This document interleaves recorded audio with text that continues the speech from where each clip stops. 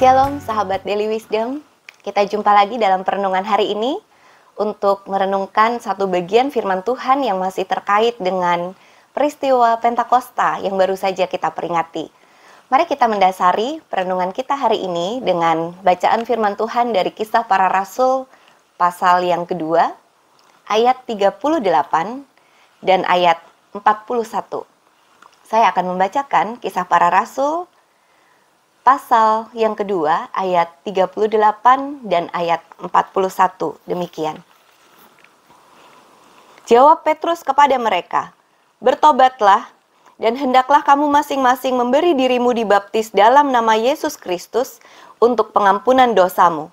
Maka kamu akan menerima karunia Roh Kudus." Ayat 41.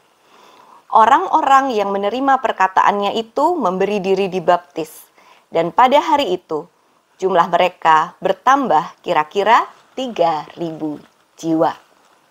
Saudara-saudara, Pentakosta juga dikenal sebagai momen lahirnya gereja. Hari lahir gereja ini tentu menjadi sebuah peristiwa historis yang harus terus kita ingat, kita syukuri, berawal dari 3.000 jiwa yang memberi diri dibaptis setelah mendengar khotbah dari Petrus.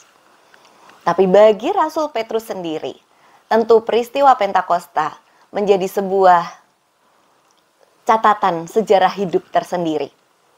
Dia yang dulu penuh dengan ketakutan, takut ditangkap oleh orang-orang Yahudi dan menerima perlakuan yang serupa dengan yang dialami oleh gurunya.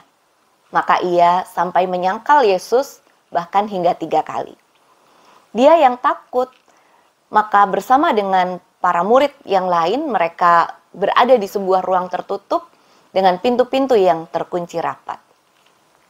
Dia yang juga bersama dengan murid-murid yang lain pernah bermaksud untuk kembali lagi melaut. Tidak lagi meneruskan panggilan menjadi penjala manusia, tetapi menjadi penjala ikan. Tetapi juga dia yang kemudian dijumpai oleh Yesus, diajak bicara, ditanya lagi komitmen dan kerinduannya. Pada hari Pentakosta, Petrus juga menerima pencurahan Roh Kudus itu.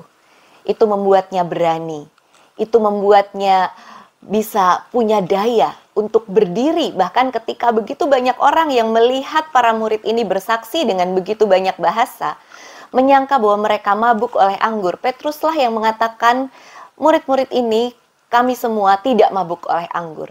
Tetapi karena Roh Kudus yang bekerja, karena ada Injil yang mereka mau beritakan, dan itu dari Tuhan.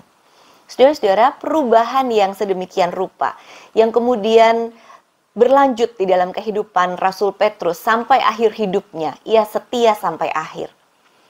Berawal dari kegagalan, tetapi ia mau berbalik. Ia mau memperbaiki. Ia mau menerima karunia Roh yang mengubahkan dan memperbaiki hidupnya.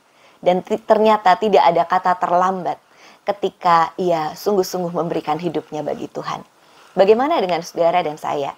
Mungkin kita pun memiliki momen-momen di mana kita merasa kita pernah gagal. Kita merasa catatan sejarah hidup kita tidak selalu tercatat dengan tinta emas, dengan pengalaman-pengalaman yang baik dan membanggakan. Tetapi ketika kita mau berbalik kepada Tuhan dan menerima karunia Roh, menerima Roh Kudus yang menguatkan, menopang, membimbing jalan hidup kita. Di situ Tuhan menerima kita, bahkan Tuhan sanggup dan berkenan memakai kita menjadi alat di tangannya, menjadi saksinya, menjadi seorang yang membawa berita baik bagi orang-orang di sekitar kita. Petrus berani bicara, bukan lagi karena melihat siapa yang ada di depannya, tapi karena ada Roh Kudus di dalam dirinya yang membuat dia mengerti, dia punya pesan ilahi untuk disampaikan. Mari dalam kehidupan kita sehari-hari, kita pun boleh mengalami kuasa itu.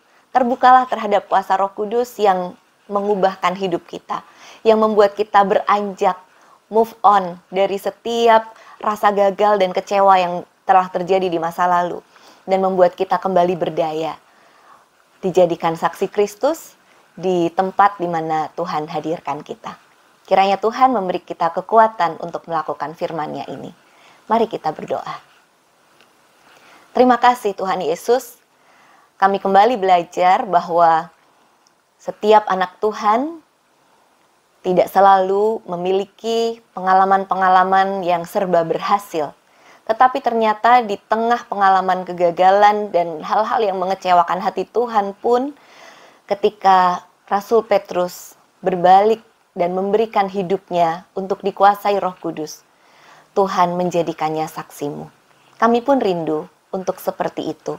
Tolong kami Tuhan supaya kami boleh mendapatkan sebuah kelegaan, kepulihan, karena kami mau membuka diri kami untuk karya Roh Kudus yang mengubahkan itu. Berkaryalah melalui hidup kami sehingga hidup ini menjadi berarti, menjadi berkat bagi setiap orang yang ada di sekitar kami. Terima kasih Tuhan untuk karunia Roh Kudus-Mu. Kami mau hidup di dalam kuasa Roh Kudus. Di dalam nama Tuhan Yesus Kristus kami berdoa. Amin.